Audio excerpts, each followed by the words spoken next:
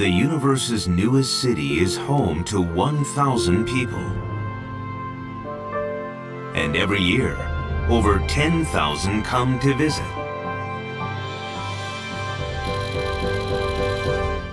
Only 20 years ago, this city didn't exist. It's the result of pioneers sending rovers,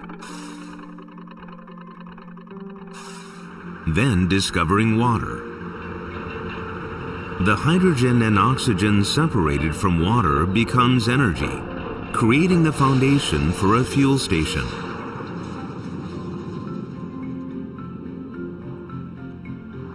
And with the fuel station came scheduled flights, followed by settlers.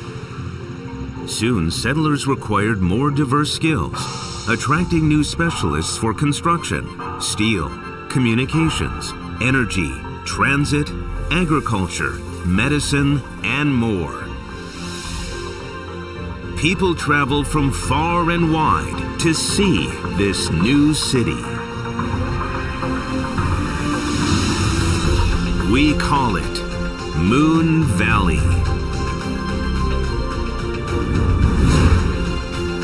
The moon is the new staging ground for your next level business. Expand our planet. Expand our future. iSpace.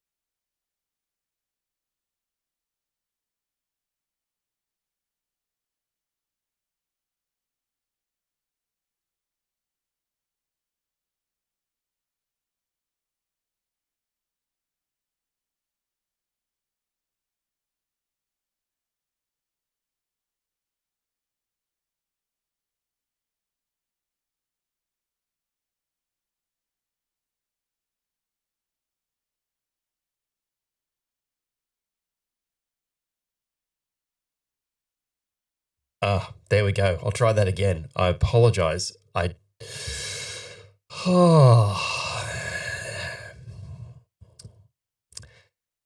video that you just saw before was a very futuristic video. That was future retro video was from iSpace, and that was published about 12 years ago of what iSpace thought that the lunar economy would look like. Unfortunately, as we all know, it didn't happen that way in 2020. However, it doesn't stop iSpace from doing these things. So good morning. Thank you for joining me. I apologize for muting myself at the beginning of this. This is Aussienaut Live. I'm Josh Keegan. Welcome.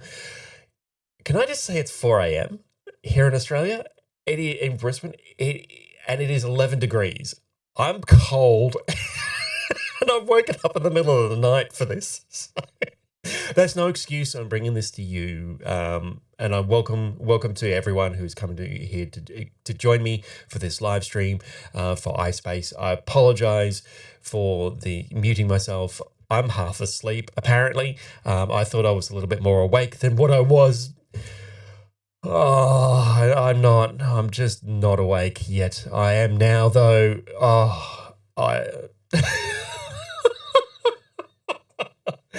There you go. It's live. I can actually prove it's live as well, by the way. Just to let you guys know, let everyone know as well, is that the Q&A is also open. You can ask as many questions as you like. You can also ask, make any comments. You can just feel free to say hi, like Jim Cleland does all the time. He's now in Malta at the moment. He's moved from Scotland. So, yes, welcome to this live stream. We will get started with the live stream as soon as iSpace is ready to go for their HAKUTO-R Mission 2 landing, and we'll get into that a little bit later. So yes, the questions and answers are open, so the Q&A is open. Please ask any questions you like. Now my system isn't working. Oh, it's too early for everybody. All right, there's Jim Cleland. Good evening from sunny Malta. We've got Grioz back. Welcome, Grioz. Thank you very much for joining me for this live stream. Jim is also currently gloating that he has, it's 8 p.m. where he is, and this large plate of nachos is on his table.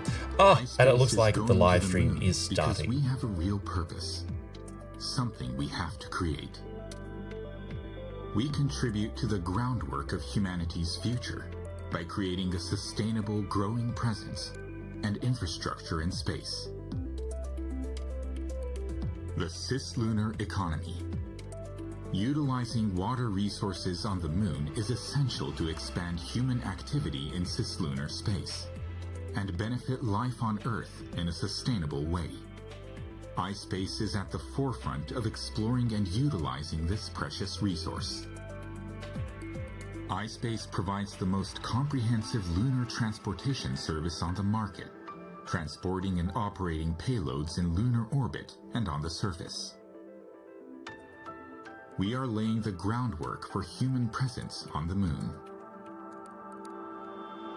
offering services around water resources, energy, communication, and data about the lunar environment to commercial customers, as well as governments and academic institutions. iSpace offers an entry point for innovative technologies to be verified and operated on the moon.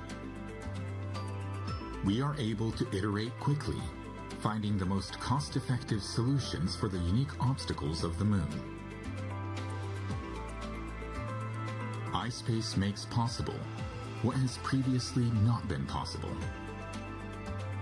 We paved the way towards an economic system that can not only sustain lunar development, but also return value to humanity and Earth. We are committed to secure humanity's future on Earth and beyond. And so we invite you to join this new cislunar ecosystem. Join us on our lunar quest. Expand our planet, expand our future for all humankind.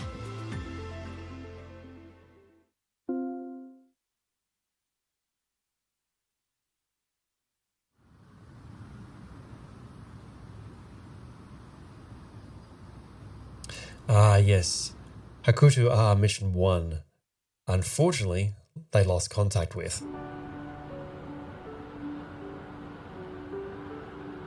人が転ぶと人は笑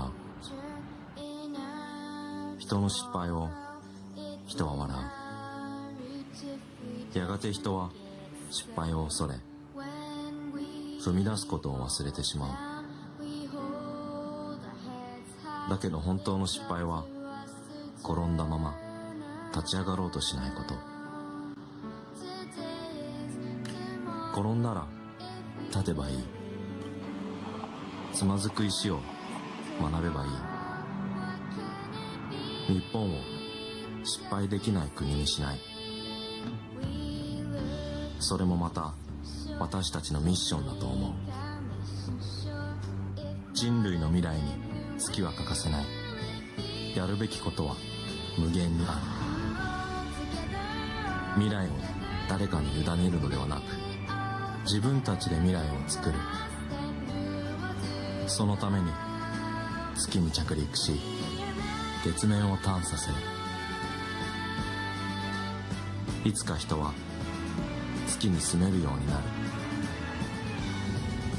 その成功の途中に私たちはいる。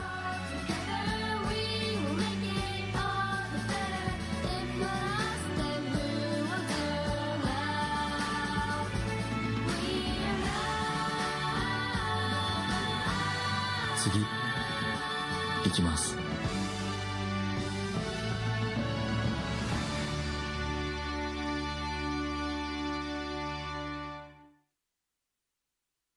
What a wonderful set of videos that they're able to display. So that was amazing. I quite enjoyed those. I hope you did too.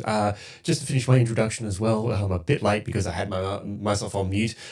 If anybody wants to go along and have a look at this live stream and they don't need unnecessary chit chat over the top, please feel free to look in the comments below. I've actually placed a link direct to the live stream, so you don't have to listen to me at all rabbiting on about iSpace and what they do.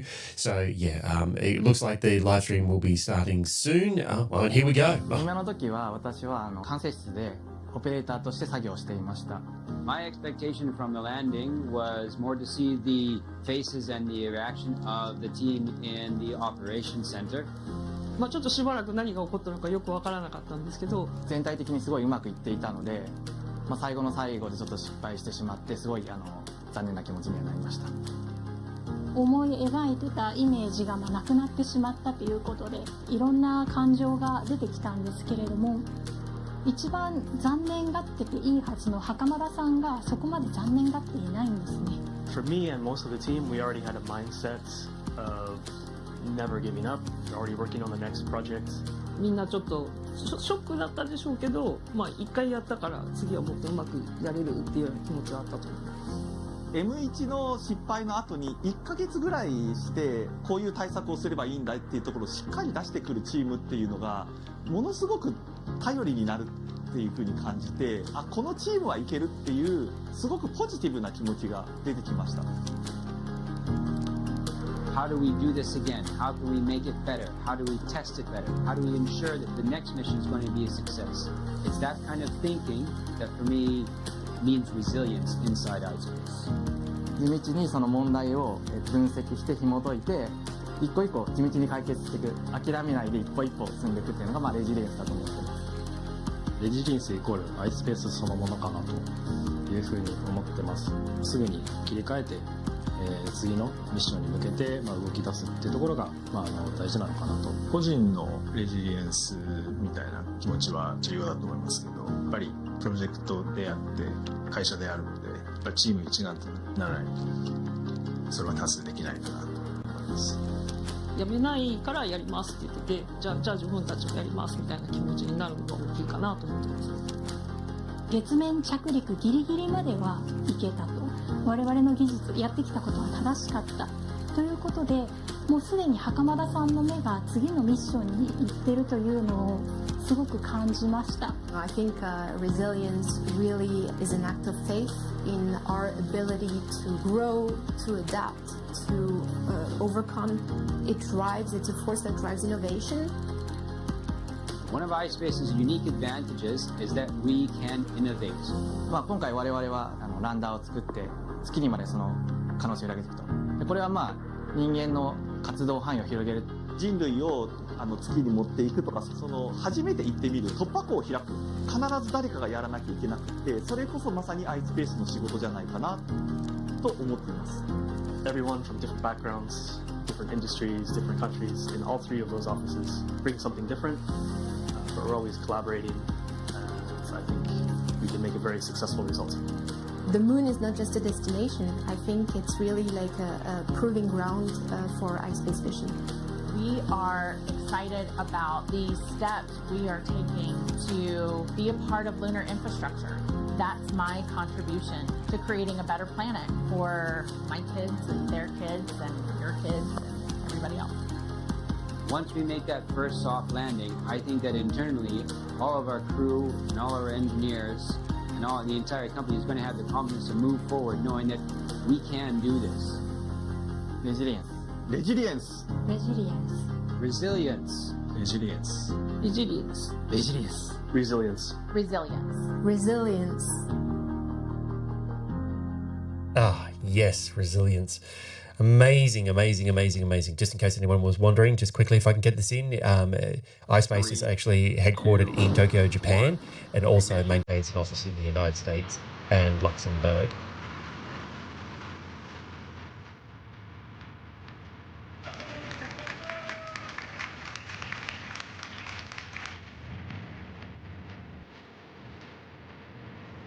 iSpace also happened to launch their lander, the HAKUTO-R resilience mission, along with Blue Ghost, which was with their recent success of their lunar lander as well. iSpace was using a lower energy trajectory to actually get to the moon, whereas Firefly was actually using a higher energy trajectory to get to the moon, which is why there is a significant delay between the two lunar landers.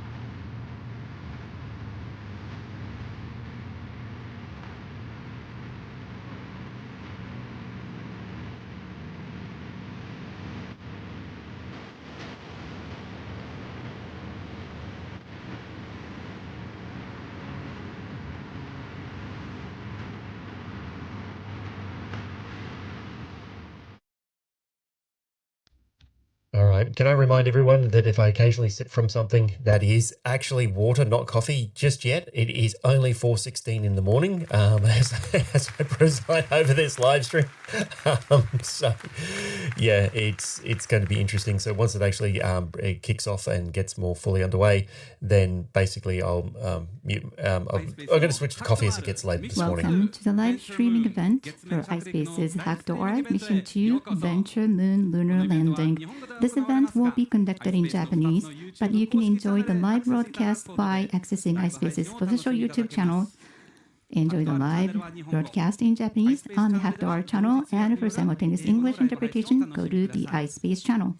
For English interpretation of our live stream, please access the iSpace YouTube channel or ispace-inc.com/landing. I'll be your MC for today's event, Kevin Zaleski from iSpace PR, and I'm Riko Shintaku from iSpace IR. Thank you all for joining us today.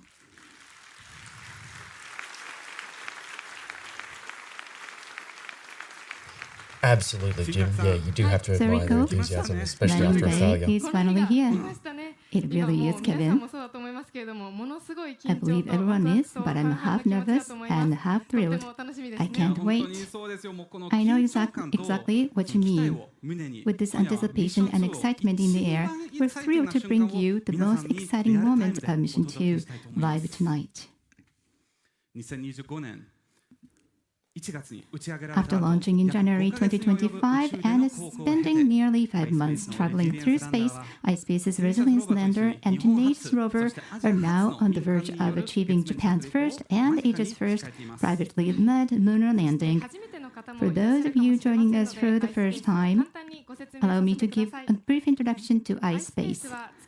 iSpace is a global company engaged in lunar exploration. Our vision, expand our planet, expand our future, reflects our mission to harness space for the benefit of humanity so that people on Earth can continue to live prosperous lives into the future. We aim to expand the sphere of human activity into space and create a sustainable lunar economy. To begin, we're offering reliable payload transportation services, that is, delivering customers' payloads to the moon and providing lunar surface data.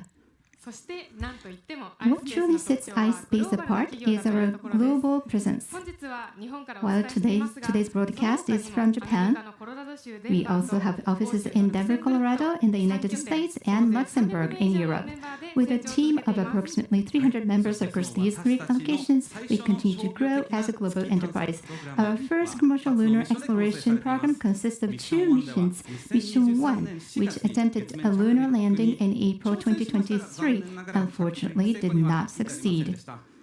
However, we've applied the lessons learned from that mission to prepare for today's second landing attempt. Mission 2 includes not only a lunar landing, but also plans for lunar exploration using our own in-house developed rover. And that is not all. Team Driver Commercial Mission 1 will deliver NASA payloads from the Apex 1.0 lander developed nice. by our U.S. subsidiary, iSpace US, to lunar orbit and the lunar surface. TDCM-1 will contribute to the U.S. Artemis program through this mission. All right. Today's live stream is coming to you from Otemachi, just a short distance from the HAKUTO-R Mission Control Center in Nihonbashi, Tokyo. We are broadcasting from Rising Square, a venue provided by Sumitomo Mitsui Banking Corporation, one of the official partners of HAKUTO-R. As you can see, we're joined here by a wide range of people who support iSpace, corporate partners, clients, representatives from government and financial institutions, members of the space industry, That's a pretty big crowd. Employees. It's truly a Let's hope gathering of they're what able we to might call the successfully nail this iSpace landing. ecosystem. We have a total of around 550 people here tonight, and despite the late hours, the energy in this room is incredible. Everyone, are you ready for the lunar landing? Thank you. Wow, that's amazing. I really can't wait to celebrate a successful landing with all of you. The expected landing time is less than an hour from now at 4:17 a.m. Today we're scheduled to reach milestone Success 9, completion of the landing sequence, which refers to the lunar landing itself. As for the subsequent milestone Success 10, stable operations on the lunar surface, it may take some time to confirm after the landing. Depending on the situation, the announcement may be made after the live event concludes. But first, let's check in with the Mission Control Center. Oh, here we go. The Resilience lander, currently on its way to the moon, is being operated from the HAKUTO-R Mission Control Center, MCC, in Nihonbashi, Tokyo. As you can see in the live footage, the iSpace team is actively preparing for the landing. As you can see, everyone seems quite nervous. Yes, the MCC crew in Nihonbashi is already fully focused and in mission mode. Also during the landing, we may hear live audio updates from MCC. If any English announcements come through, the venue speakers will jump in and explain them for you. So stay tuned. Additionally, the Resilience lander is about to perform a maneuver to leave lunar orbit. Yeah, I'm ready for a landing, The Jim. preparations I'm for today's absolutely ready for a landing landing. Let's have hope it's actually successful. been underway at the MCC for several days already. Now let's hear from the MCC crew to better understand what's coming up in the next hour as the lander makes its final approach to the moon.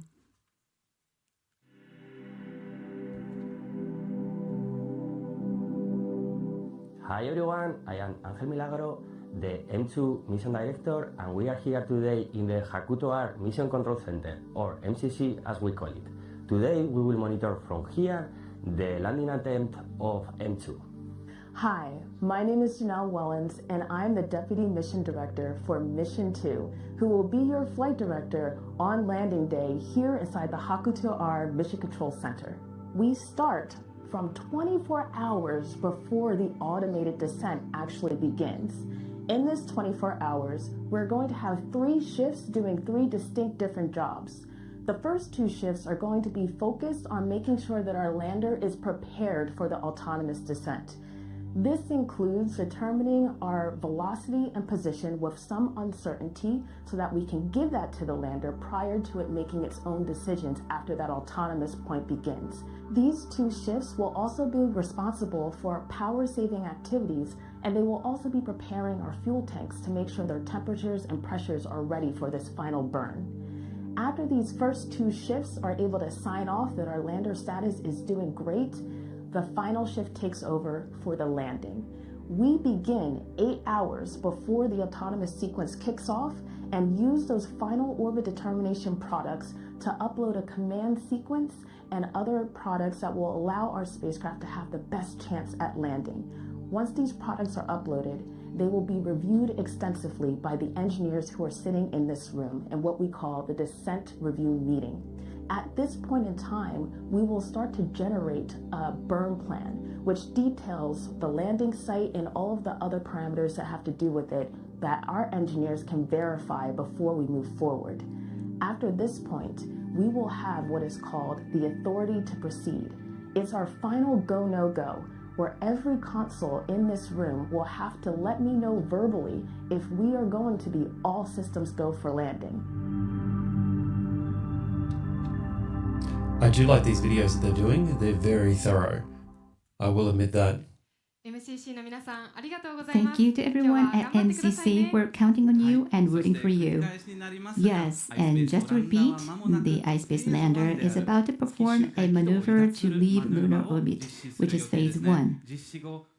There may be an announcement after this critical operation, so let's continue to keep a close watch. As announced earlier, Resilience has already performed the lunar orbit departure maneuver. We'll be monitoring the phase 1 and departure from orbit, so let me take a moment to explain what those mean. The landing process is provided into 6 phases, and in the very first phase, the lander fires its thrusters briefly. That deceleration causes the spacecraft's orbit around the moon to gradually drop. Through that deceleration, the lander descends from lunar orbit and gradually approaches the moon's surface. After departing from orbit, the Resilience continues to approach the lunar surface, descending from an altitude of 100 to approximately 20 kilometers. This marks the start of landing phase 2, cruise descent. Yes, that's exactly right. We'll take a closer look at the upcoming landing phases later on, but as mentioned earlier, the lander has already entered its autonomous guidance process following a pre-programmed sequence. In other words, from this point on, the iSpace team will not manually control the lander. Instead, they will monitor its status as it proceeds toward landing. There was announced, DOI confirmed. So that means that the lunar orbit departure maneuver has been successfully executed. This has been confirmed, so that is going smoothly. Some good news there. Excellent, excellent. It's going smoothly.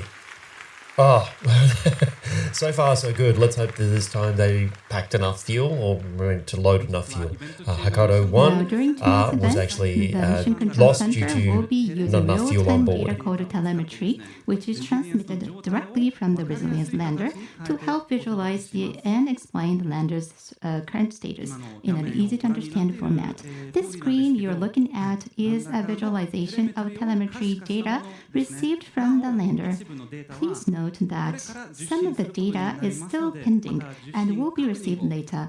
Once confirmed, we will provide updates in this format again. Wow, there's a lot of information here so that our viewers can follow along on their own. Okay, there's at least 49 minutes until touchdown, so it's at least another hour or so until they are estimating the landing. Resilience's current altitude above the lunar surface and its velocity. As for the altitude, it will be displayed once the data has been received later on. Below that, you can see the estimated time remaining until landing. Please note that this is subject to change based on data received from the lander, so we ask that you view it as a reference only. I see, so that means the live data from the lander is being reflected on the screen, right? The countdown to landing is just for reference then. I'm really looking forward to seeing the altitude display. It really adds to the sense of realism. Exactly, it helps you picture the situation more clearly. Just below that, we're also displaying the thruster status of Resilience. The large circular shape represents the main thruster, and next to it you can see the status of the 6 assist thrusters. These thrusters will fire or stop depending on the landing phase. When thruster is firing, it lights up blue. We'll explain more about this screen as we go along. Okay. And now we'd like to take a moment to hear a message from one of our very special guests who had joined us here in person today. We're honored to welcome none other than Mr. Hiroshi Yamakawa, President of the JAXA, Japan Aerospace Exploration Agency. Mr. Yamakawa, thank you so much for being here with us tonight.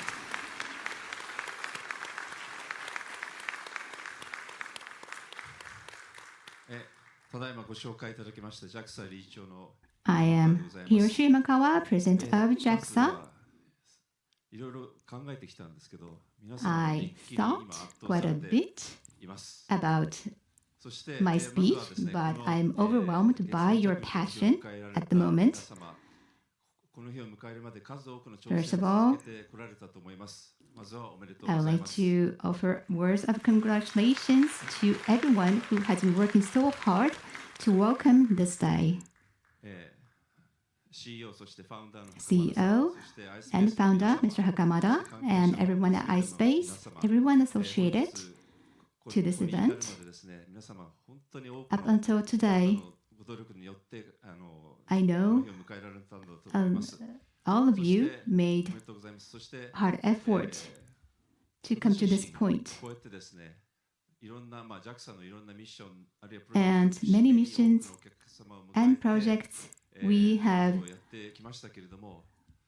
undertaken at JAXA.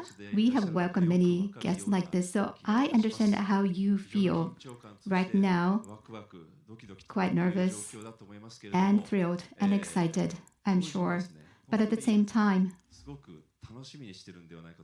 very excited and passionate about what's going to happen.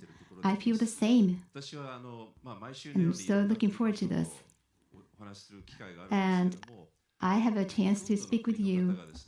I speak with everyone in the industry every week, and lots of people from all over the world, and lots of people talk about your venture, your project, this HAKUTO-R event or project.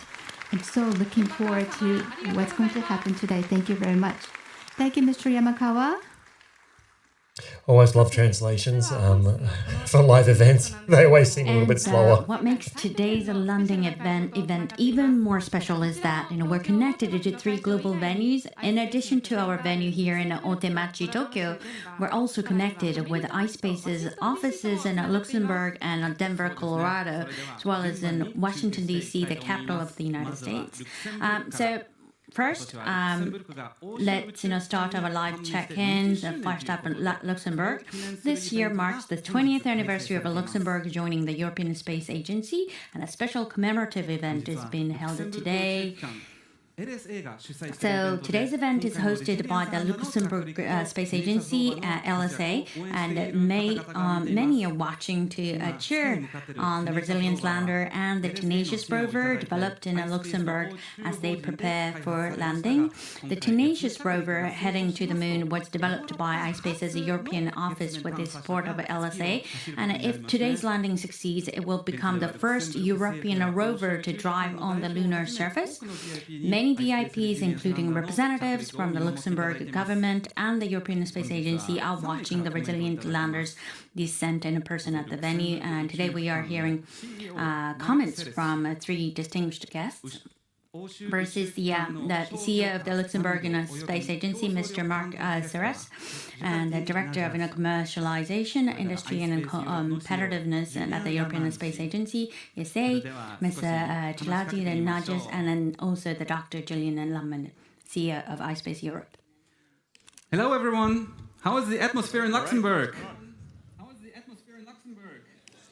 How's the atmosphere? Once again, come on, make some noise. There we go. Gotta get it up there. Gotta get it up there. Come on, come on, come on. Hopefully, Jim, one day it will be fluid. Thank you so much.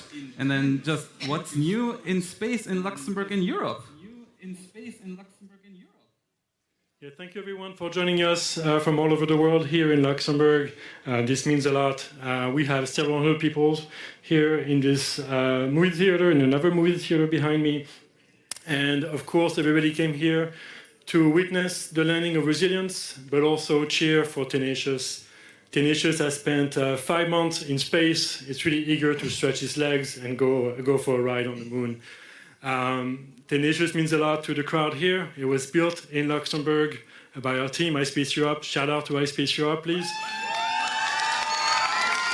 And of course, to build a lunar rover in Luxembourg, the first lunar rover in Luxembourg, the first European-built rover to have gone into space. It takes a lot of talent, it takes a great team, also takes the support, trust, and I would say love from the European Space Agency and the Luxembourg Space Agency. And this is why I'm very happy to give the floor to Géraldine Nadja, Director of Commercialization at ESA, and then Marc Serres, CEO of the Luxembourg Space Agency. Thank you, Julie. Thank you. Well, I can just say that ESA is extremely proud and thrilled to support iSpace Mission 2. We will provide, we provide ground services, we provide telemetry and tracking, which is essential infrastructure for lunar exploration operations. So we are very happy for that. I would like also to say that this is a very good example of how we can support new space actors in Europe, commercialization. This is, as you know, what we are really eager to do at ESA, and also to support eventually a sustainable European, Japanese presence on the moon. So this is really good. And last, I think Tenacious is hopefully a very successful technological achievement, but beyond the technology, it's also, once again, a symbol of the future of lunar exploration. So, very happy to be with you. Thank you, Géraldine. So, of course, I'm very happy, and I think all the team is very happy to be here tonight and part of this really amazing event. It's a very emotional moment to be here and to be connected with you in Japan, to watch this memorable moment. As you heard, there is a lot of excitement, but at the same time, a lot of tension here. We are all sort of looking at what will happen now in a few minutes. This is not only, of course, this very important moment for iSpace, but I think for us it's also a way to celebrate a very good cooperation with another country, with Japan. I think this is something that is very close to our heart. We believe that cooperation is one of the component, the ingredients of success in space. And we have said it several times, this is difficult to go to space. And so this is a really remarkable achievement. Whatever happens, I think we would like here to very warmly congratulate iSpace and the teams behind, because this is an incredible achievement, doing what they have done just in 8 years. I think it's just exceptional, and so we are extremely proud as well to be here and to share these great moments with you. Thank you so much. Let's do this. And the last guy looks like Keegan Michael Kay. Everyone in Luxembourg and to our entire iSpace Europe crew. 皆さん、ありがとうございます。 Thank you, everyone. Let me briefly summarize, what we just heard. So we heard that 750 people have gathered in Luxembourg to witness this historic moment, and there's great anticipation for future collaboration on commercial mission under international cooperation. And the ESA is supporting iSpace's mission 2 by providing ground station services, and emphasized that this mission is a powerful example of promoting commercial innovation and new space. Tenacious is not only a technological achievement, but also represents Europe's role in shaping the future of lunar exploration. And LSA has supported iSpace's challenge from an early stage, especially in the context of lunar exploration. And they mentioned also that the development of a Tenacious rover is the result of Luxembourg's robust space industry and strong international partnerships. Thank you, everybody in Luxembourg, and then go Tenacious. Right, thank you from myself too. And next, let's head over to our US venue in Washington, D.C. We've set up a public viewing event. So government officials, representatives from NASA and other space agencies based in Washington, and members of iSpace US are gathered to watch the M2 landing. Today we will be hearing from the following speakers: the NASA Office of International Interagency Relations and our Deputy Associate Administrator, Ms. Karen Fulstein, Commercial Space Flight and Federation President, Mr. Dave Kabosa, and iSpace US Chairman, Mr. Hello, Ron. everyone. Are you Karen. ready to land on the moon? Are you ready to land on the moon?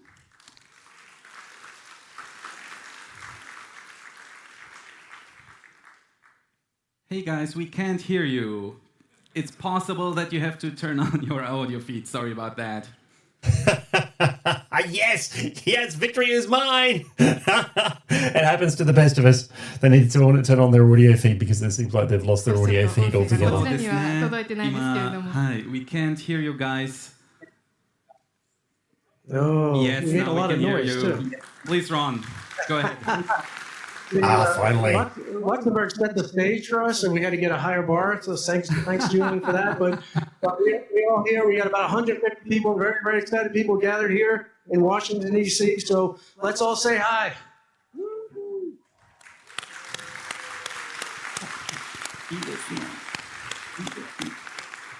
Ohio gozaimasu, everybody in Tokyo. Kevin-san and Shintaku-san, can you hear us? Yes. Oh, super.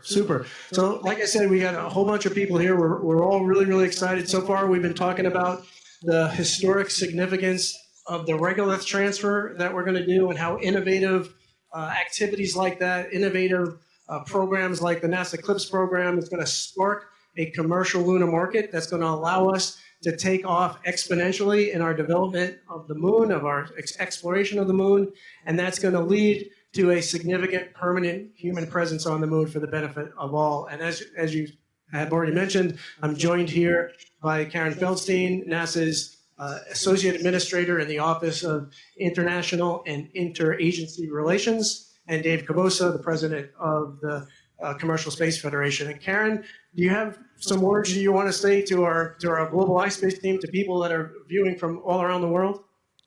Love to. Thank you. First of all, greetings to Tokyo, and if you can hear us in Luxembourg, it is incredibly exciting to celebrate this moment together with our partners all over the world. We are so excited to see this mission today.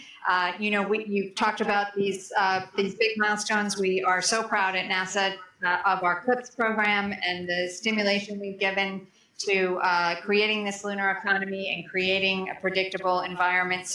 So important to operating at the moon. We have also inspired our president to propose for NASA the commercial Mars payload system as well to launch robotic precursor missions to the Martian surface. So on and on we go.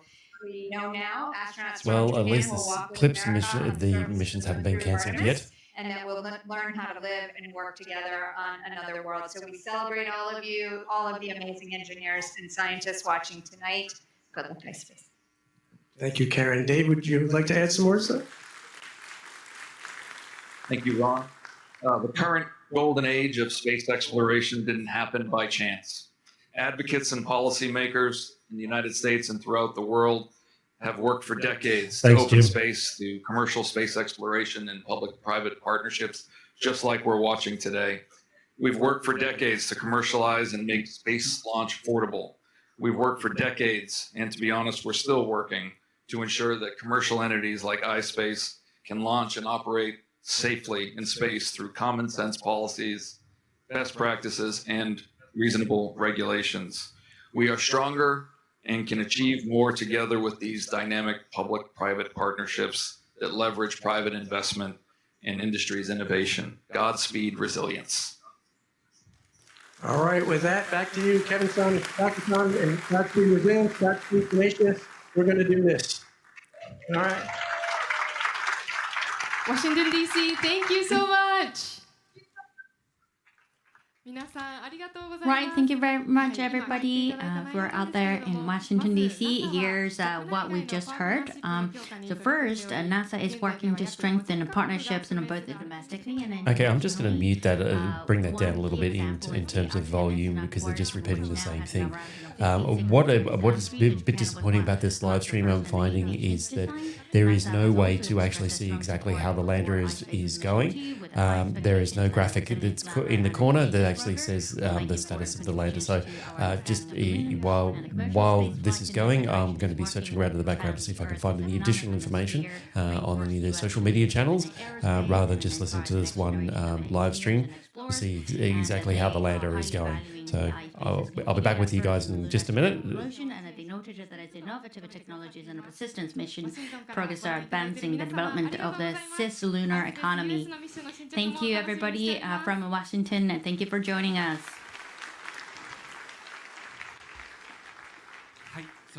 And then finally, let's connect it to the viewing event at iSpace US headquarters in Denver, Colorado. And as we heard earlier from the team in Washington, iSpace US is currently preparing for Mission 3.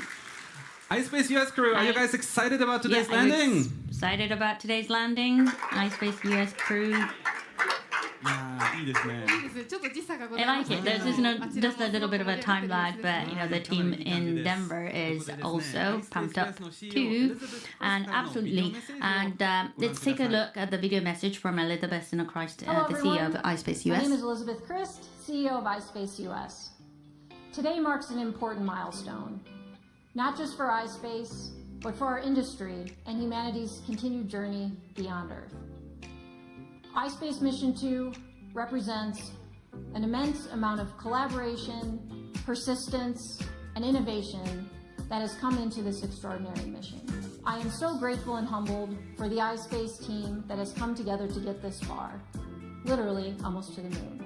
Here in the US, we are also working on our first US mission and subsequent missions that are building upon the history and heritage from Mission 1 and Mission 2.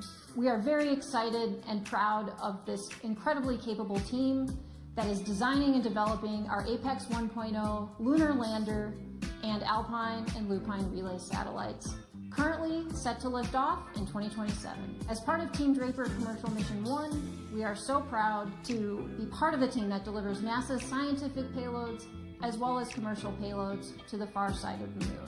And finally, thank you to the iSpace team, family and friends for coming together and supporting each other and getting one step closer to expanding our planet, expanding our future. Unfortunately, there's no additional details online through any of the social media channels.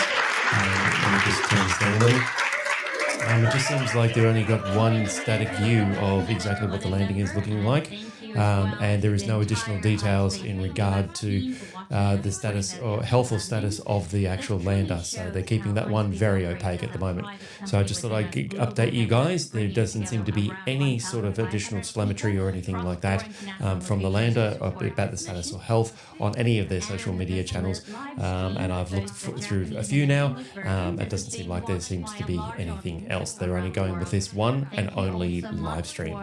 And I'll bring it all to you with a little voiceover over the top. Of the world. Thank you.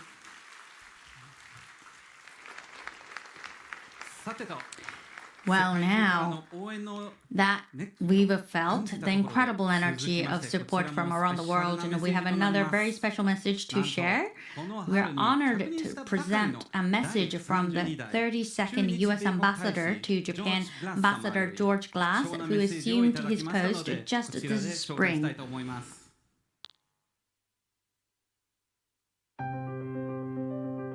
Greetings from one mission control to another. I'm George Glass, United States Ambassador to Japan. I know how nervous you all must be feeling right now as you wait for the Resilience lander to touch down. And in 1969, I sat transfixed like millions around the world watching Apollo 11 lunar module land on the moon. But the toughest part of that was the waiting for Neil Armstrong to open the hatch, descend the ladder, and take those historic first steps for mankind. While I'm unable to be there with you on behalf of the United States, I want to wish Hakamata-san and the entire iSpace team the very best of luck. You embody the same pioneering and resolute spirit that launched the Apollo program and all those missions that have sought to push back the frontiers of space. The United States and Japan have already accomplished so much together and in our exploration and understanding of space. And this mission, which began with the SpaceX rocket lifting off from Kennedy Space Center in January, takes us further on that trajectory. iSpace's achievements are helping pave the way for an American astronaut to walk on the moon again, and this time with a Japanese astronaut by their side. Just as we are learning and building together, we are dreaming together as well, limited only by our imagination. Thank you and good luck. The world is rooting for you.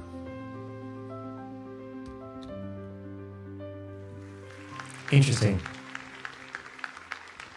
Very interesting. Ambassador Glass, thank you very much for the wonderful message. And now close this part of the program. We're honored to welcome one more very special guest. Rico, could you do the honors? Of course. Ladies and gentlemen, it is my great pleasure to introduce to you today the Minister of State for Space Policy of the Cabinet Office and a member of the House of Representatives, Minister Minoru Kyuchi. Minister Kyuchi, thank you very much for joining us today.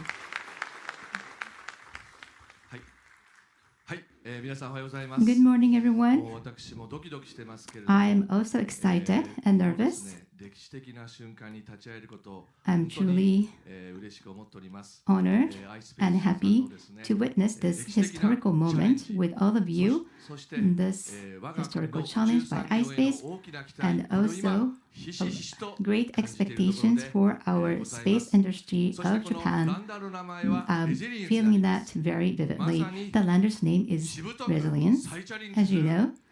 Just as the name suggests, Mission 2 is a re-challenge, a bold attempt to return to the moon, drawing strength from last year's experience. And I'm hoping that it can take some images of the Earth from the surface of the moon. Quite nervous and excited. And I would like to share with you messages from people all around the world, or for the people from viewing from the world. This is not just a challenge, but it's a great challenge of people who will never quit, or never give up. To everyone watching this event from around the world, this is more than just a landing. This is a call for those who never give up. Let's witness this historic moment together. Thank you. ありがとうございました。 Thank you. Mr. Kyuchi, thank you very much for being with us tonight. Thank you so much, Mr. Kyuchi, Minister Kyuchi, for joining us today.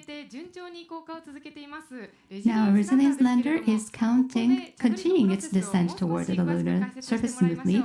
Let's take a closer look at the landing process. Please watch this explanation from the HAKUTO-R Mission Control Center team.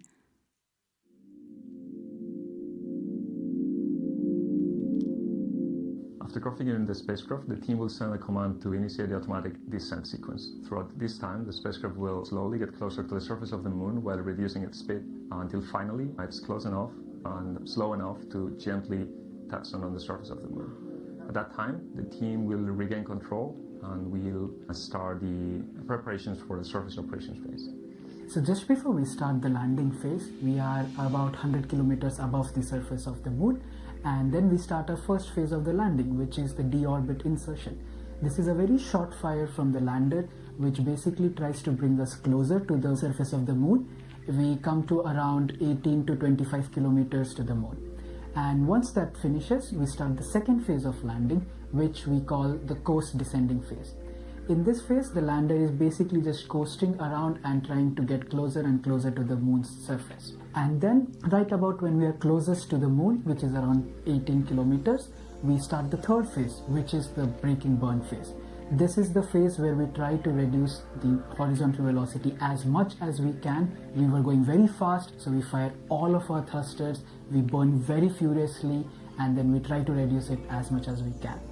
And after a certain amount of time, we reached the fourth phase, which is the braking burn / pitch up phase. So we were horizontal before, now we are trying to become a little vertical to approach our landing site, and then we reach the fifth phase of our landing, which is the terminal descent phase. At this time, our lander is almost vertical. We have reduced almost all of the horizontal velocity, and now we are slowly approaching our landing site. After about just 20 meters or 10 meters above the surface, we reach the sixth phase, which is the terminal landing. At this point, we cut off our main engines and we are only landing slowly with the assist thrusters and trying to land as softly as we can on our landing site. And once that finishes, we are at the moon. Looking forward to seeing all of that, looking forward to seeing any more telemetry or anything they've got. It just seems to be nothing more than filling or filler everyone at the MCC, videos. by the way, we have a total of 6 payloads of our customers on the lander and the rover. The first one we are introducing is the Tenacious micro rover developed and manufactured by iSpace Europe and Luxembourg with the support of the Luxembourg Space Agency. If this mission succeeds, it will become Europe's first lunar rover to drive on the moon. Next, we have a water electrolysis device from Takasago Thermal Engineering, also loaded onto Resilience. One of iSpace's key missions is to explore and eventually utilize lunar water resources.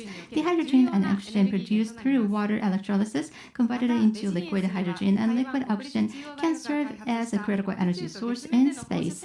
Resilience is also carrying a payload developed by National Central University in Taiwan, a device that measures radiation levels in space and on the lunar surface. This data will help improve the design of electronic components which are heavily affected by the space environment. Furthermore, there's a payload developed by Euglena, a company engaged in algae research and development. This experiment focuses on algae growth and could contribute to future food production in space. Resilience isn't carrying just specific payloads, it also includes cultural and artistic objects. Resilience carries a GOI Universal Century charter plate created as part of the Gundam Open Innovation Project led by the Bandai Namco Group. Unfortunately, I can't actually find any ETA on landing, Jim. Unfortunately, this is what it's looking like at the moment. Created by a Swedish artist, in addition to the payloads mentioned above, Resilience is also carrying a memory disk from UNESCO designed to preserve humanity's linguistic and cultural heritage. They are transporting quite a variety of things. Mission 2 is not only a technology demonstration for accelerating lunar development, but also a part of the HAKUTO-R program designed to validate iSpace's business model for lunar transportation services. Let's welcome someone who knows the Resilience lander better than anyone.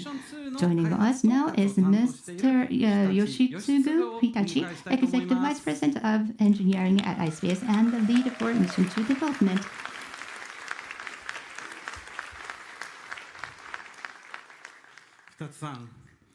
Mr. Hitachi, good evening or good morning or good day. I'm confused now. Well, I'd like to ask you about Resilience that's now on its way to landing on the moon. Could you share with us, frankly, how you're feeling right now? Let's see. After Mission 1, in order to welcome today, we have been preparing so hard to be fully prepared for today.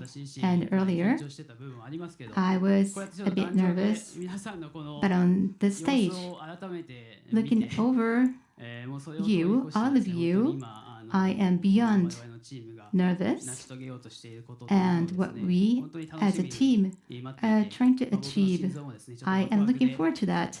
I am rather excited. My heartbeat is so strong that it'll probably jump onto the moon. That's how excited and thrilled I am right now. It's been 2 years since Mission 1. So the development of the lander and the growth of the team, has there been any progress? Well, as was seen in the video footage at the beginning, We did not have a good luck in mission 1. We did not succeed in lunar landing. However, in a sense, it was a successful experience for us because we are now able to leverage what has been learned from that experience, reflect that onto our next mission. And there are a lot of things we did for mission 1, and our team members experienced all of those. And we are now endeavoring to achieve this new mission. We have come this far, and the team has grown so much. Good, amazing leadership and followership. With those, we have built a strong team spirit. And this is not just brown-nosing. This is not to brown-nose our team members, but every day I work with each member of the team, and I know how much they have put into this work through our daily conversation and seeing them every day, how they work. I know how passionate they are. Every day I feel that firsthand. The team is marvelous. It's amazing. Thank you. The team has grown so much more even.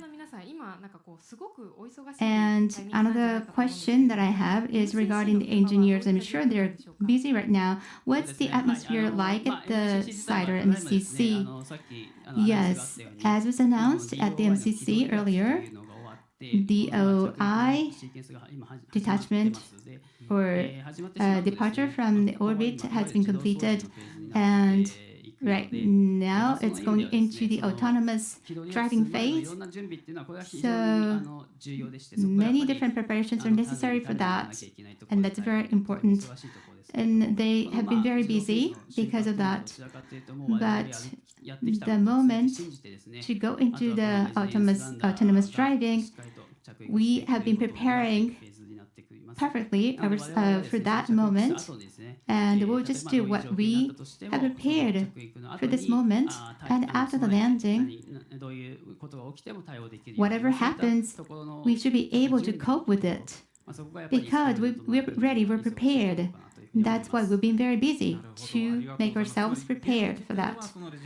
Okay, so at the moment, resilience is autonomously proceeding with its landing sequence, and when it transitions to the next landing phase, it will adjust its thruster firings for attitude control and continue descending toward the lunar surface. Is that correct? Yes, that is correct. We're so looking forward to it. Can't wait. Thank you, Hitachi-san. Mr. Hitachi. Yeah, when it goes into the automated landing sequence, they no longer have control over the vehicle. Right, we're just a moment away from landing, only 15 minutes to go. Before that, let's hear from the team at MCC Tokyo about what. There we go. We've got about 15 minutes before the landing will be attempted, and that's where it gets into the autonomous mode. As we support our customers in their surface operations, and our colleagues in Luxembourg at the Mission Control Room, where they will be preparing for the tenacious rover deployment. The lunar surface is a whole new regime. It's a whole different world. On the surface, we'll be watching our power and temperature very closely until we say a final goodnight to resilience. After we pass the 48-hour mark of the initial surface operations, we enter a routine phase where all of us, the operations team, continue to monitor the spacecraft 24 hours while taking pictures, taking videos, and continue operating the rover. レジリエンスランダーが月面に着陸した後、ハイゲインアンテナを展開し、着陸時に撮影した動画や写真を地上にダウンロードします。その後、ペイロードを運用します。ペイロードは放射線を測定する TSRP、水電気分解をする高砂様の HOC、ユーグレナの実験装置、テネシアスローバーの運用を行います。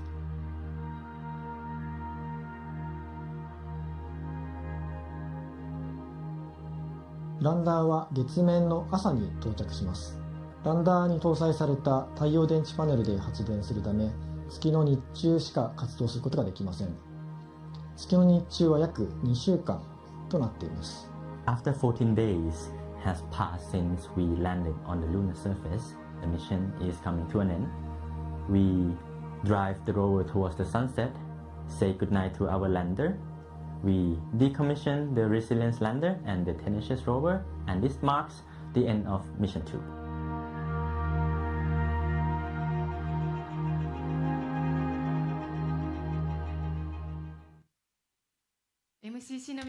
Thank you to the MCC team for the explanation.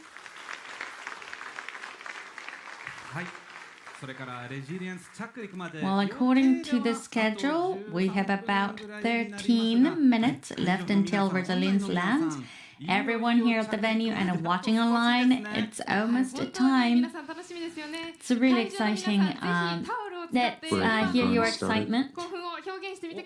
You know, there you have your Resilience towel. Okay, here we go. Now we're getting into the breaking burn has started. Breaking burn. Hopefully they'll the put up some phase telemetry 3 so we can see breaking that. We can see burn, there in the background on has that just screen.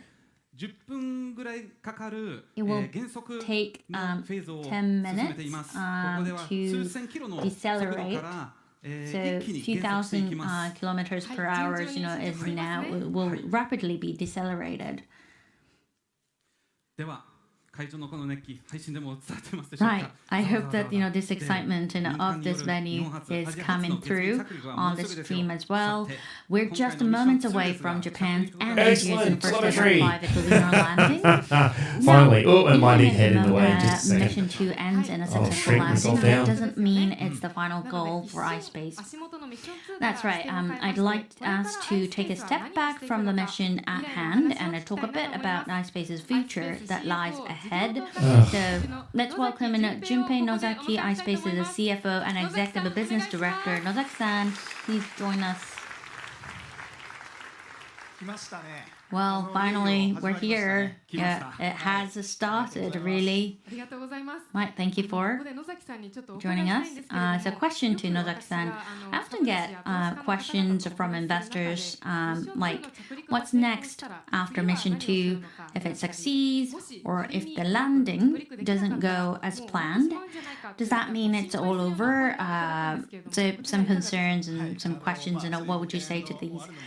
I completely understand, you know, those questions and concerns, but please rest assured, Mission 2 is incredibly important, but just as important is the fact that iSpace is committed to going to the moon again and again, and we do have this, after Mission 2, we plan to launch in Mission 3 and Mission 4 towards the moon by 2027. Right, and so we'll be using the Apex 1.0 lander, this image, and our Series 3 lander for those missions. You know, we actually have a video of the latest prototype of the Series 3 lander. Oh, here we go. So this is currently under development, Series 3. Cool looking, and it's even larger than the current and Resilience lander, standing over 3 meters tall. Wow, that's massive. And it's designed to carry several hundred kilograms of clients and payload to the moon, much more than before. And, you know, instead of, you know, 4 to 5 months it used to take, this new model will reach the moon in just about 1 month. You're actually doing everything higher at energy very transfer fast orbit speed. to the moon. And it's really important that we prepare future missions. Without these, you know, future missions, we can't really leverage all these learnings that we get from a Mission 2. And even if a Mission 2 doesn't result in a successful landing, the next mission lined up, you know, means that we will have a direct way to apply the insights and the data. Right, so that's, you know, the very spirit of never quit the lunar quest, right? So we're gonna continue going to the moon, getting to the moon. So please, you know, be with us throughout the journey.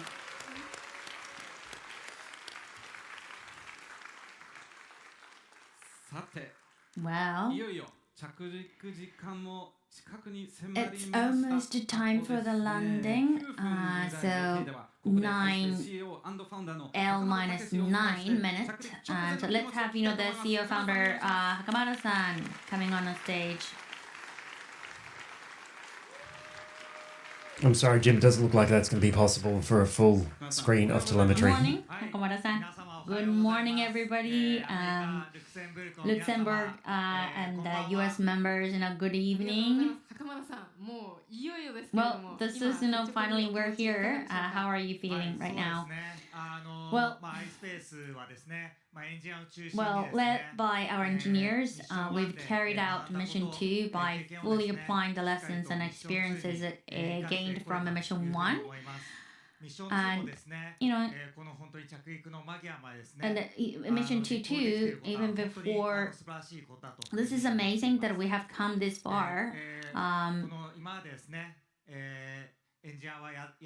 Engineers did everything they possibly could. So I want to face this landing moment with everybody with confidence, trusting everything we've done to get here. Really looking forward to getting some more telemetry, or at least a picture-in-picture view of the telemetry. Maybe they could learn a thing or two from. I guess in each and every Or day, you're another every lesson YouTuber, that it we've doesn't need to be learned me. is being put to use in this Mission 2 lunar landing and surface exploration. Yes, and I'd like to take this opportunity to sincerely thank everyone who has consistently supported iSpace all over the world, and then because of your support that we've been able to take on these challenges.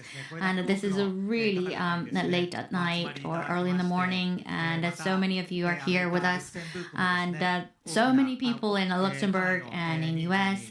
Look at the graphic up on the board there. Looks to be getting closer. Peers and friends and families and everyone who's expecting a lot, Ladder telemetry is live by the looks. I can see those two great spheres support, filled great in. excitement and great expectations. Circles, sorry. So this long journey has been long, and it's been a tremendous, endless support. And so to our partner companies, payload and the customers and the clients,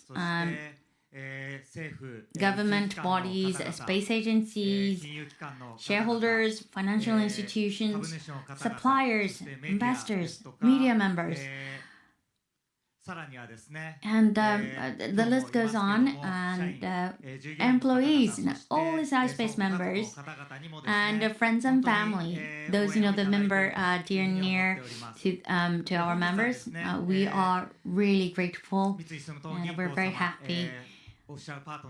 And I'd also like to thank MSBC for their support as an official partner of HAKUTO-R, and for providing this wonderful venue. So engineers has been at the core, and we've been doing everything we possibly could, and let's witness and let's experience this moment. And I'm just extremely happy that I can experience this with you all, and the journey continues, and I hope that you will continue to be a part of it. Well, thank you, Hakamada-san. Well, it's almost time. It's L-5 minutes, and I'm getting nervous. Yeah, so from Okay, here we've reached the on, 5-minute we'll mark. bring you live commentary from Hitachi-san alongside our leading landing simulation footage. So where are we? So in terms Excellent telemetry. phase, we're already in the third phase, of braking burn phase, and 1,800 kilometer per hour. It was 5,000 kilometers per hour, and then it's drastically less. And now we're 10 Okay, kilometers. 4 minutes and 45 seconds. So we're in in altitude, and the zone now. Distant from the Little surface. high, It actually 10 kilometers. The deceleration is really fast. So please So after this becomes less than 10 kilometer, it's going to be even faster how deceleration happens. This is on par with our plan, and landing site, we're only 30 kilometer or 40 kilometers away from the landing site, so we're very, very close already. All right, thank you very much for the explanation. And then those at the venue, those online, time to All right. touchdown. We're about on the screen, just even over if 4 this minutes shows out. 0, and even altitude it shows 0. We don't know if the has successfully landed. It would look they successfully landed on the simulation, but we need to verify. Yeah, considering they the actually state of lost the last lander, and nobody knew exactly what was happening the last time. This is because it ran out of fuel. As soon as you see 0, Yeah, this is why they're being very cautious about the simulation. We will hear the live announcement over the speaker, and let's celebrate when we hear the official announcement. So this is going to be very quiet moment, waiting for the very, very special moment. But well, you see this, altitude is only 5 kilometer and the speed is much less. It's like an airplane speed. Yes. So 500 kilometer per hour is yeah. The deceleration has been very rapidly happening. It's less than a 4 kilometer. All the thrusters are working perfectly, is how I see on the screen. So now it's less than a 400 kilometer per hour, and it's only 3 kilometers in altitude. This is a bullet train kind of speed, so you can probably imagine what it's like. This is everything is working out great. The lander is going to start changing the attitude. Yes. Now you're seeing this sideways, but it's going to be going to be standing horizontally, and this is the simulation.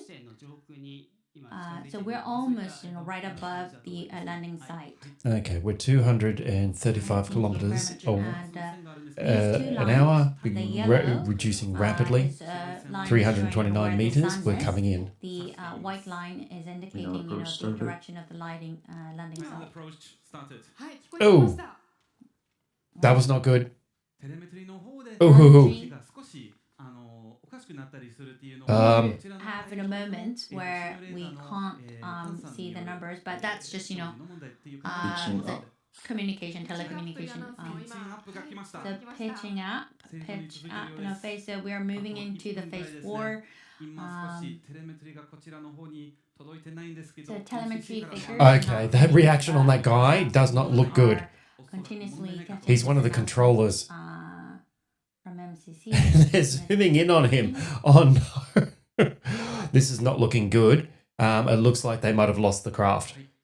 Hopefully I want to be proven wrong. So it's less than a minute until the scheduled landing time. Okay. So let's see. Okay, that was only one guy who would look like that. Less than a minute. They all do seem very tense. However, he's only standing up the back. You can see him just there up the back. He's still got his hand up to his forehead. Everyone's super concentrated. They've lost the live feed. Let's wait patiently. It's already 4:17. The scheduled landing. So there's a break in communications. Uh-oh. Someone else was putting their hand up towards their head as well. I just saw it briefly before they cut away. Yeah, it's a data dropout. This is, where we need to be patient and wait for just a while.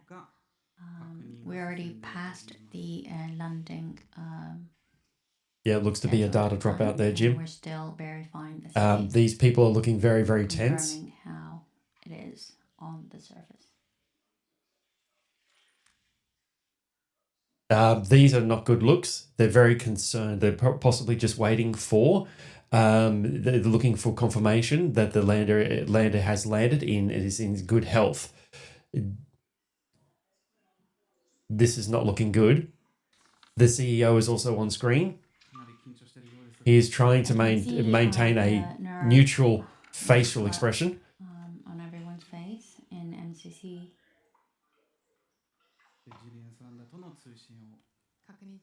They're confirming the communication with the resilience lander. It might take some time before the confirmation. It'd be great if you can bear with us. I'm just watching everyone's reactions in the room. There are looks of concern. They're waiting for data and telemetry. It should have landed by now. It's been over a minute. Well, still, we're in the process of confirmation and verification. Could well be the loss of vehicle, but we're still actually waiting for confirmation. It could be a little while until we actually find out what's happening. That guy does not look good. That guy does not look good at all. He's very stressed out, and I would be too, unbelievably so.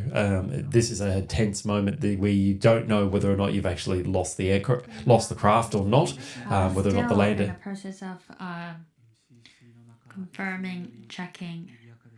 MCC room is filled with members, more crowded than... people are leaving. Not good. Lock all the doors. It might be that they've lost the lander. So it can't take some more time, right? That's done.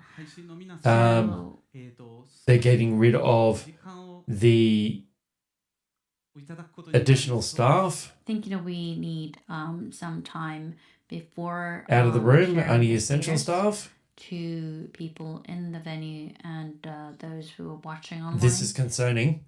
This is very concerning.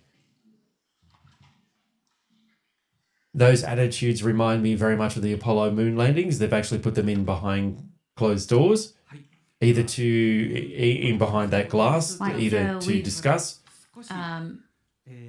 or determine what they're going to release publicly. Waiting, but we could there is actually only the play essential some members in the video, room which at we this couldn't point. do before Oh, because it's the time. this is tense. So it'd be great if you can wait and while watching these videos. But I will make sure to update you as soon as we hear any news. Okay, they've cut it. This is not looking good. They've cut to a promotional video. And this doesn't instill me with a great lot of confidence that the lander has successfully landed. It's not looking good. Agreed, Jim. Absolutely agreed that it's not looking good. Hang on, I'll get that display. There we go. Not looking good at all. They've defaulted to a promotional video and no audio. Oh, it looks like they're at take two. They've lost their second vehicle. So I'm not sure what this means for the impact of their M3 vehicle, the 3 meter tall vehicle that we saw there before. I don't really understand if there will be an impact to that. It looks like it's too far developed. However, I have seen other space companies be further developed and walk away from additional missions simply based on the success or failure of a mission. But look, yes, it looks like it is not looking good at all. It looks like that. They may have suffered the loss of vehicle. There is no further updates on their social media channels. I can't see anything. We were lucky to get that. It was very, very restricted, and I understand why, just because it's so risky. Landing on the moon, you get one thing wrong, you try anything, it may actually not be good for you. So yes, so they're playing the video in the background, and yeah, I just very interesting, very tense. I don't need coffee. I'm hyped. That was some very interesting moments just then. So yeah, I don't know what's happened. Just reflecting, I don't know what's happened. It appears that they've lost the HAKUTO-R mission 2, the resilience. It appears to have been lost. Just before they started playing this video, they took everybody out of the room. in the mission control room. It's and put them behind a viewing glass just to view. They're down to the essential members. The essential members of the control team would need to be checking to see whether or not they've actually got any data and telemetry coming through, whether or not there was just simply a loss of communication signal, or there was or it has been loss of the vehicle. We are watching at the moment a stock footage video that they've got of their own internal workings of satellites. It looks like so. Yeah, they seem to have been not confident. They've switched to this just simply because they don't have any more information, and they are waiting for the team to work the problem to find out exactly what's going on. Oh, that wasn't a satellite. Sorry, that was the actual Resilience lander. As you can see, quite a large lander.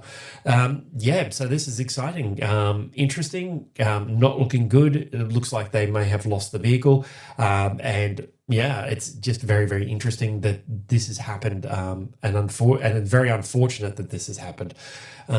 They lost. I saw earlier that they lost all the telemetry. The telemetry went into negative, which is never a good thing. They are. Let me just say, they are not landing on the far side of the moon. They are landing at the lunar pole, which means that they should still be in direct line of sight for communications. And they shouldn't suffer a loss. However, it is a lunar environment, and they may have actually suffered a loss of communications, and that's all this could be. Otherwise, they could have actually lost the vehicle. That's the rover. I can't remember the name of the rover at the moment. It's yeah. Let me get back to my notes, and let me just see if I can fill you guys in with some interesting information. Yeah,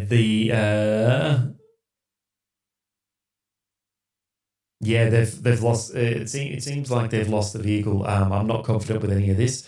Just to let everyone know, the HAKUTO-R mission 1 was lost as well. That's it there on display. And unfortunately, this is what happened to the HAKUTO-R mission.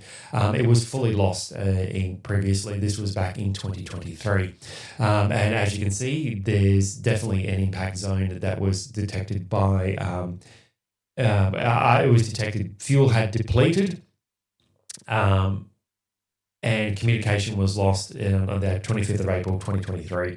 So this was 2023 where they actually lost the HAKUTO-R mission 1, and this so the lander hovered approximately 5 kilometers above the lunar surface instead of descending, which actually led to the failure.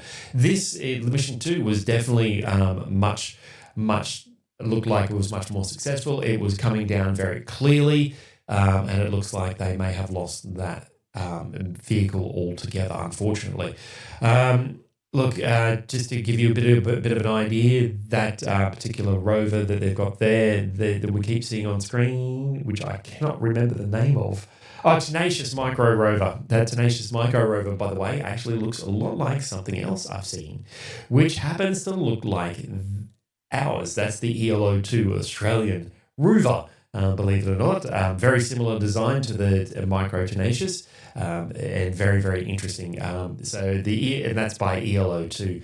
ELO2 is actually an international consortium. Oh, good to see the Australian flag on the side of a potential moon rover, and very, very interesting that these rovers will be going to the moon as well, and it will be Australia's attempt on a future Artemis mission to actually get there. The rover and the ELO2 is made up of a consortium of individual companies, and the companies are it's gone. I'll have to fix that up. Just give me 2 seconds. So I was going to give you guys a nice segue into what was happening. Just a minute, just to have a look at that. That's our rover that's sitting there on screen by ELO2, and I'll get to actually show you exactly who the consortium is made up of. Just a moment, I'm just trying to fix it. I thought I had it all set up. So, I thought I had it all working, and we're returning, waiting, of course. But we're still confirming this date. It'd be great, and if you can wait with us just a little more. All right, they're still trying to confirm data. That's what I heard in the background. All right, let me just show you the ELO-2 rover, which looks a lot like the Micro Tenacious D.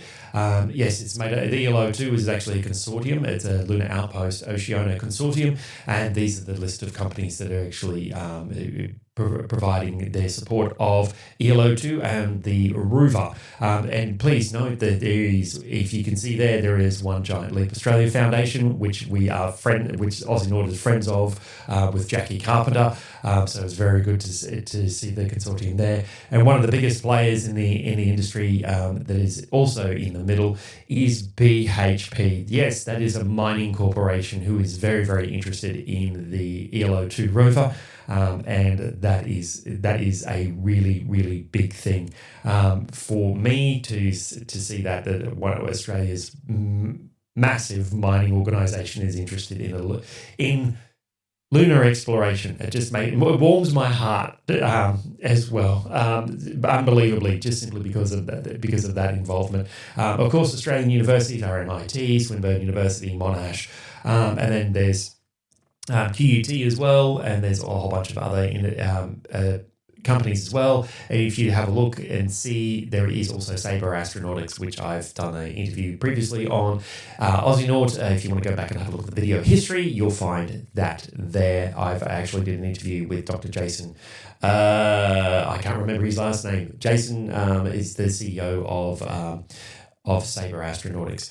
All right, so coming all back to it, let's come back into it. The video is still playing. We heard a bit of an announcement before. They would like us to hang around and hopefully remain with them. Basically, yeah, Jim, they sealed the room, which you and I know it makes you very uncomfortable because it's not good. And yeah, mate, I so wanted this to work as well, and I just wanted to. The data dropout was significant and was a big tell for people who, myself, nerds, and Jim as well, who also another nerd, space nerd. Yeah, that type of thing to happen in a mission is not a good look. That they lock out the room, and I definitely wanted to make it work. It just. Yeah, it's kind of a bit sad and a bit disappointing that this has happened, and it's very, very unfortunate. And Australian rovers, yes, mate, absolutely. It would be lovely to see our rover on the lunar surface. That would be lovely. But again, it could be we could suffer the same fate as well. There is no guarantee that just because I'm Australian and it's an Australian rover means it'll land successfully on the moon. We could suffer the same fate as the Micro Tenacious rover there that you can see on screen right now. Oh, what an exciting, intense moment. It's really, really unfortunate that this has happened to iSpace for the second time. Just as a reminder for everyone that this is the third lunar landing attempt this year. Firefly Aerospace managed to land their rover, Blue Rover, that earlier this year. That was quite successful. Intuitive Machines, unfortunately, was also unsuccessful. It also there was no design change between their first mission and their second mission. It did seem a little top heavy to me, very outside looking in. Didn't look like the center of gravity was correctly placed, just simply because of the height of the actual vehicle. Landing vehicle, that is. So they failed twice. So unfortunately, it looks like iSpace has also suffered the same fate with their Resilience lander. It seems to have disappeared and it has definitely not landed. I'm still waiting to see if there's a confirmation of what's happened. Jim and I, we know how this works. When they remove people from the mission control room, put them behind viewing panels in a different room behind glass. They can still see the control room and got down to their essential staff. It's not looking good. That indicates that there may have been a loss of vehicle rather than just loss of telecommunications. If it's a loss of telecommunications, generally the people stand in the room and just hold their breath and for a very extended, long period of time. However, with the confirmation, with this video playing in the background, it looks like it is about to be confirmed that they have lost the Resilience lander. unfortunately. The space is hard. This is literally, Jim, as you've said before, mate, this is the definition of rocket science. It is literally rocket science, and it looks like they've suffered a loss of the Resilience lander, and of course all the payloads that are on that, including the Micro Tenacious rover as well. So unfortunately, it looks like that's what has come about, and it's really, really, really, really, really unfortunate that this has happened to them. And for the second time, I just really hope they're able to get on to their third mission, which is a significantly larger lander, which won't take nearly as long to get there. This was a low energy transfer orbit to get to the moon this time. iSpace and Firefly Aerospace launched on the same Falcon 9 mission. Firefly was able to complete their lunar landing.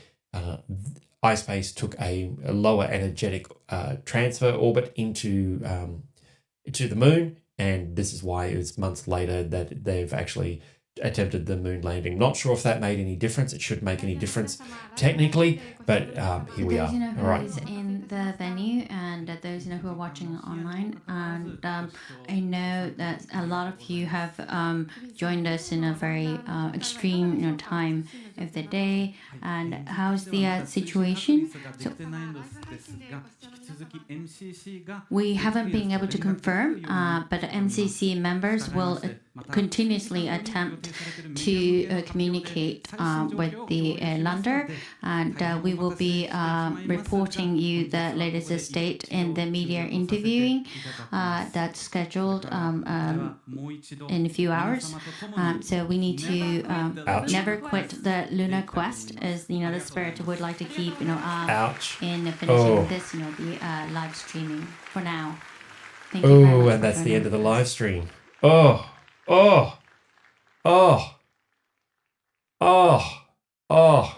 That's unfortunate. Oh no. Oh no, that says to me a lot. Unfortunately, that's the end of the live stream. It has ended. Check our social media channels for further updates. It looks like there has been a loss of vehicle. This to me confirms it. I don't see what will happen. We'll find out in the days and weeks exactly what happened with the Resilience lander. It looks like the vehicle at this stage has been lost, and hopefully it hasn't crashed. It might just be on its side, similar to some other landers that I've seen in previous years that just simply flipped over. I can't remember the name of the lander that flipped. It looks, but unfortunately, this is very unfortunate news. It looks like they have lost the lander altogether. Hopefully it's just tipped on its side. Maybe it could do some useful science if it's tipped on its side, but it looks like it has gone the same way as Mission 1, which was a complete failure and actually crashed into the lunar surface. It's an unfortunate set of circumstances, and yeah, it's not looking good. So, all right, so that's the end of that, I guess. So thank you to everyone for watching this live stream. Thanks very much for being here on this journey for Aussienaut as we were trying, and this watch party for trying to watch this together. It looks like they've lost the vehicle for iSpace and the Resilience lander. If there's any updates, please check all iSpace's social media channels. They have a lot more. Should have more information, and as they said, they're going to address the public at a media conference in the next few hours. So I'm assuming they'll shed some more light on that then. But for me, for the moment, I believe that will be the end of my live stream as well. Thank you very much for watching. You remember, you got to like, subscribe, do all those things. Hit the bell if you really want to. If you want to come back for more of these, I'll stream the next lunar landing as much as I can. But thanks very much, guys, for joining me. I'm about to go and fill this cup with actual coffee rather than having water. It's now 5:37 in the morning in Brisbane, Australia. Hopefully the weather's warmed up a little. I've got my NASA hoodie on to keep me nice and warm. So look, guys, I shall catch you in the next one. And remember, as always, stay caffeinated.